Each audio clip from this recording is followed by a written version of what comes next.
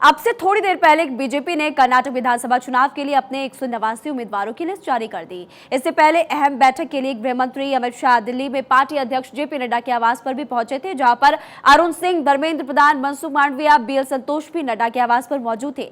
BJP की ओर से जारी लिस्ट में पार्टी ने कहा कि नए लोगों को मौका दिया जा रहा है, जिसमें 52 नए उम्मीदवार हैं। इनमें से 32 उम्मीदवार ओबीसी से, 30 एससी और 16 एसटी से है। बीजेपी के राष्ट्रीय महासचिव अरुण सिंह ने कहा कि 9 डॉक्टर, 31 पोस्ट ग्रेजुएट, 5 वकील, 3 एकेडमिक, 1 आईएएस, 1 आईपीएस, 3 सेवानिवृत्त अधिकारी और 8 महिलाओं को टिकट दिया गया। साथ ही सीएम बसवराज बोम्मई को गांव से टिकट दिया गया। वहीं पर आपको ये भी बता दें कि पहले भी वो यहीं से जीते थे, जबकि पूर्व सीएम बीएस येदियुरप्पा के बेटे बीवाई विजेंद्र शिकारीपुरा विधानसभा सीट से चुनाव लड़ेंगे। हालांकि पार्टी ने 21 मौजूदा विधायकों के टिकट भी काटे इस बाबत। तो लगातार हम आपको बता रहे हैं कि कुछ देर पहले बीजेपी ने कर्नाटक विधानसभा चुनाव को लेकर ये लिस्ट जारी की और फिलहाल हमारी पॉलिटिकल एडिटर अदिति नागर इस वक्त हमारे साथ जुड़ी हुई हैं। अदिति, जो लिस्ट यहाँ पर जारी की गई है, इस लिस्ट को लेकर आप क्या जानकारी देना चाहेंगी? क्योंकि कई लोगों को इसमें तरजीह दी गई, महिलाओं को भी दी गई, युवाओं को भी दी गई और कई मौजूदा विधायकों के टिकट भी काटे गए।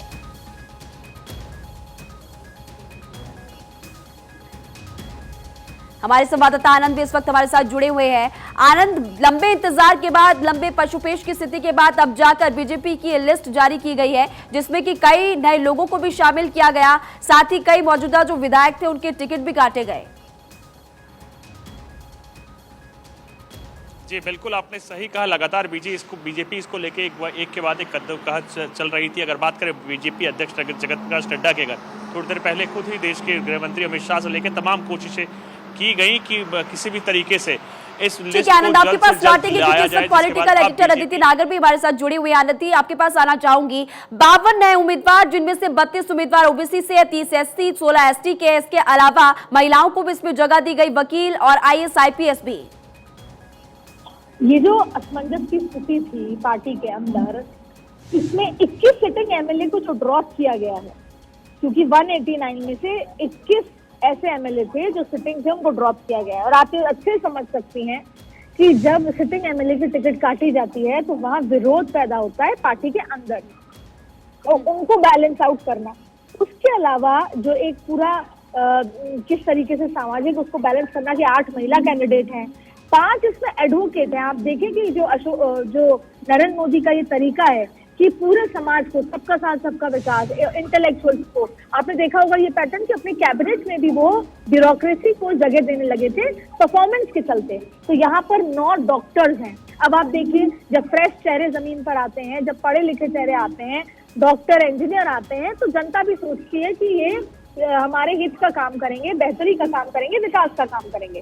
तो इसमें 8 महिला कैंडिडेट हैं 189 सीट से, 5 एडवोकेट्स हैं, 9 डॉक्टर हैं, 3 अकेडमिशियन है। आपको पता होगा कि हर बार जिस भी राज्य में चुनाव होता है वहां पे इंटेलेक्चुअल वर्ग से बातचीत की जाती है, जिससे कि वो आगे जो फिलॉसफी है भाजपा की उसको लेकर जाए। तो यहाँ पर 3 अकेडमिशियन को भी दिया गया है, 1 रिटायर्ड आईपीएस ऑफिसर है।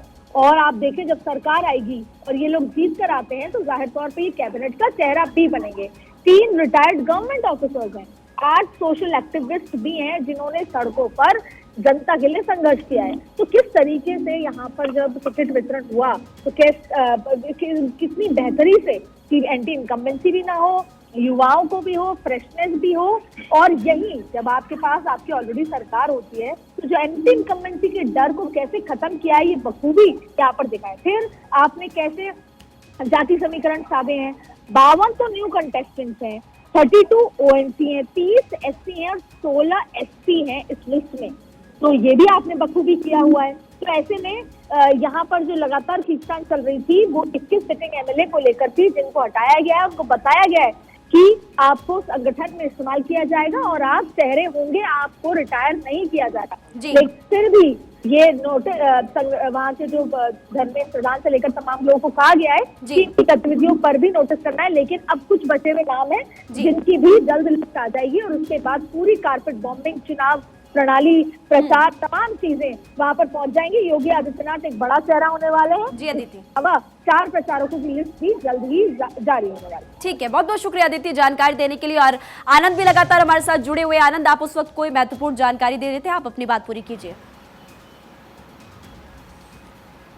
जी, अगर बात करें अदिति ने जैसे कि सोशल इंफ्रास्ट्रक्चर के बारे में बताया, मैं उसके साथ साथ जातिगत कुछ आंकड़े बताना चाहता हूं। इस मामले में जो बीजेपी ने 189 सीटें की अभी तक घोषणा की है, उसमें से अगर बात करें लिंगायत की 51 सीटें दी गई हैं, और अगर बात करें वोकालिंगा की तो 41, कोरबा को 7 सीटें दी गई हैं। तो आप खुद समझ सकते हैं बीजेपी ने हर वो संभव कोशिश की है जिससे उसका जातिगत समीकरण बैठ सके, और लगातार जो कि विरोध हो रहा था उसको लेकर बीजेपी ने कई हिदायतें रखी हैं, जिसमें से कि अभी कई विधानसभा सीटों को पेंडिंग रखा गया, जैसे कि कुमारस्वामी की जगदीश शेट्टार को, जिसको खुद बीजेपी अध्यक्ष ने दिल्ली बुलाया है, उनसे बात की जाएगी। बताया जा रहा है कि वो अपनी सीट कटने को लेकर या कहीं नाराज हैं, जिसके बाद चलते उनको दिल्ली बुलाया गया। और अगर बात करें ईश्वरप्पा, अरविंद लेकड़वड्डी, तो ऐसे कई बीजेपी के कद्दावर नेता हैं जिनको अभी तक होल्ड रखा गया था, उनकी सीटें होल्ड रखी गई हैं। अगर बात करें उनकी एज की तो एज को ग्रुप बताया गया कि जिनकी 70 से ज़्यादा हो गई, जिसके चलते बीजेपी लगातार कोशिश कर रही है कि हम यंग फेसेस को लाएं, जैसे कि थोड़ी देर पहले अदिति नागर बता रही थी कि 52 नए लोगों को लाया जाएगा, नए फेसेस लाए जाएंगे, जो कि जिनकी सीटें काटी गई हैं। बताया जा रहा था कि उनकी कॉन्स्टिट्यूएंसी में एंटी इनकम्बेंसी ज्यादा थी, जिसके चलते उनके जीतने के उम्मीदवार प्रतिशत कम थे। तो इसको लेकर बीजेपी ने नई कोशिश की और एक बिल्कुल आपने सही कहा कि नई कोशिश यहाँ पर की गई है, पहली लिस्ट यहाँ पर जारी की गई है। आनंद, आपने बहुत ही विस्तार से जानकारी दी। फिलहाल आपका बहुत बहुत शुक्रिया जानकारी देने के लिए।